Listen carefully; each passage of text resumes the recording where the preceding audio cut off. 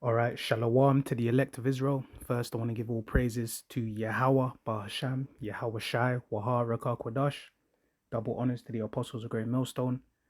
All right, this is Isaiah from GMS England. Just coming with a short lesson. Okay, speaking about prayer and fasting. And I have an example, um, and basically, if fasting is in the scriptures and the Lord, spoke about fasting, teaching about fasting. And, it's a very good practice, man. You know, um, much benefits. There's studies out there, but you know, our Lord spoke about this. It's a part of our culture. All right. So I want to read Matthew 17 and verse 14. It says, "And when they were come to the multitude, there came to him a certain man kneeling down to him, and saying, Lord, have mercy on my son, for he is lunatic, and sore vexed. For oft times he falleth into the fire, and oft into the water." Okay, so this man's son was plagued with demons. Okay, uh, and he was troubled by you know, these spirits, man. Okay, that were plaguing him because he would, basically, be falling into the rivers. All right, he would place himself on the fire, getting burned, and putting his life in danger and at risk. Okay, going, these spirits were troubling him. Okay, it says, "For he is a lunatic, and sore vexed, for oft times he falleth into the fire, and oft into the water. And I brought him to thy disciples, and they could not cure him." Okay, so yeah, the disciples, seen this man. Okay, and the state he was in. How troubled and vexed he was with these spirits, these demons that he had. All right, and it says they could not cure him. Then Yahushua answered and said, O faithless and perverse generation, how long shall I be with you? How long shall I suffer you? Bring him hither to me. And Yahushua rebuked the devil, and he departed out of him. Okay, so the son, all right, that's clear. He had spirits, man. He had the devil in him. Okay, he was plagued with demons. Okay, but the Lord, he helped him. Okay, it says he rebuked the devil, and he departed out of him, and the child was cured from that very hour. Okay. Then came the disciples to Yahushua apart and said, Why could not we cast him out? Okay, you see, so the Lord, he had that level, man. The Lord, you know, had the power, all right, and he cured the child from all those spirits, man, the demons, that was plaguing him. Okay, but the disciples wanted to know, why couldn't they do it? And this is what the Lord said. He said, and Yahushua said unto them, because of your unbelief. For verily I say unto you, if ye have faith as a grain of mustard seed, ye shall say unto this mountain, remove hence to yonder place, and it shall remove, and nothing shall be impossible unto you. Okay, so the Lord replied to them and said, you didn't believe, you got to picture it, man. They probably saw this man, hurting him, like what they would say, self-harming, hurting himself, just being all, wild, you know. You could imagine what was going through their minds. Okay, but the Lord told them, look, man, your unbelief. This is the reason, man. Okay, but there's more. Okay. But he let them know that, how important faith is to believe. All right, it says if you have a faith as small as a grain of mustard seed, which is a mustard seed is very small. So it shows you how, a little bit of faith can go a long way. Okay, you can do much with little faith. All right, to the point of it says, ye shall say unto this mountain, remove hence to yonder place, and it shall remove, and nothing shall be impossible unto you. You see, that's how important belief is. Okay, faith, nothing shall be impossible unto you. all right, through the Lord. But look what else he said. Verse 21 says, howbeit this kind goeth not out, but by prayer and fasting. Okay, so the Lord told them, yeah, there's levels, man. This, was, a higher level, right? And this requires prayer and also fasting. All right, that is how you're gonna grow. That's how you strengthen, and that's how you, come up, higher. You know,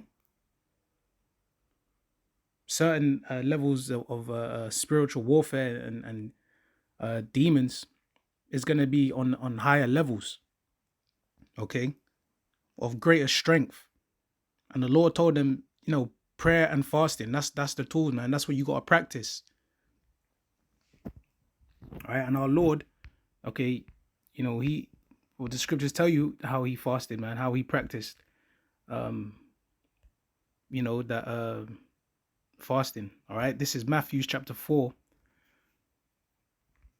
and verse 1. It says, then was Yahushua led up of the Spirit into the wilderness to be tempted of the devil.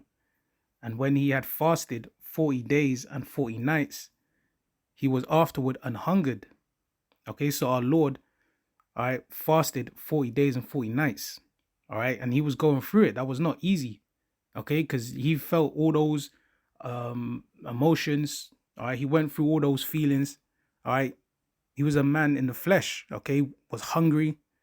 All right, tempted. But the Lord fasted 40 days and 40 nights. Okay.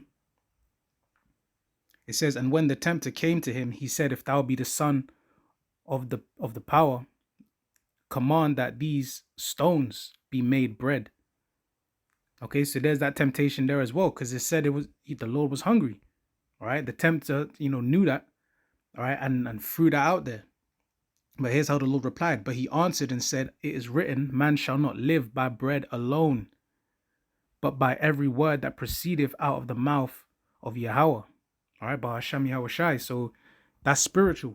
Okay, the Lord said, man shall not live by bread alone, because it's not only just food, physical food that you're gonna eat that's gonna, that gives you life. Not bread alone.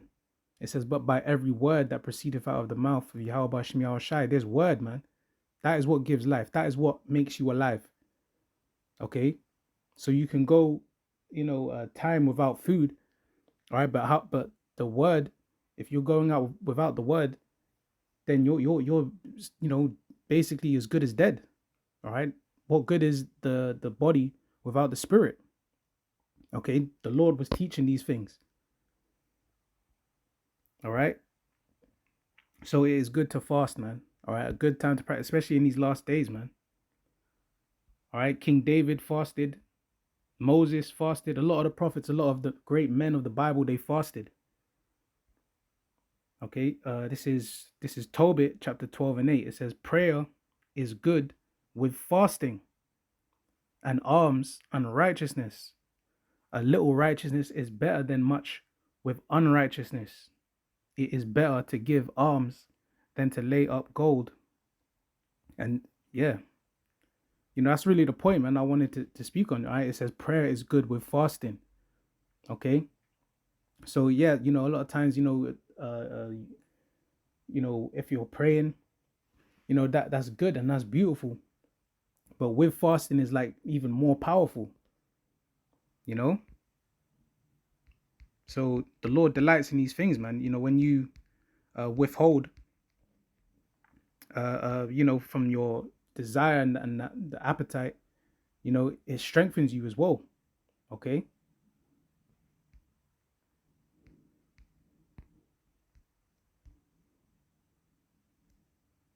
This is Joel chapter 2 and 12. It says, therefore also now saith the Lord, Yahweh Ba'ashmi Hawashai, turn ye even to me with all your heart, your mind, and with fasting, and with weeping, and with mourning. All right. So, yeah, the Lord is delighted, with fasting. All right. Now, there is safe ways to practice it. That doesn't mean that you're just gonna do a 40-day fast, man. It doesn't mean you're gonna fast and eat no food until the Lord returns, you know, until the kingdom comes. No, man. But, you know, at your level and when you grow, you know, practicing these things, skipping a meal, you know, even that goes a long way. You know, these things are good, man. You know, all the studies are out there. You know, if, you know, someone wants to look at that, you know, if somebody wants to talk about science and all of that, well, the science is there, man. All right. But more importantly, the Lord said it. Okay. So, you know, practicing these things are good, man. Especially with all the messed up food. You know, the food that is here is defiled. We're eating the defiled foods, man. So we do the best we can. We still have to eat, you know. Don't get it twisted. We still gotta eat, man. But, you know, having a you know, a break, skipping a meal, going a day or two, you know, pushing, you know, practicing these things is beneficial, man. All right. Spiritually and physically, you know. It's a good reset, man. It's very good, you know, to practice these things and to cleanse, you know, your mind, you know, and your body.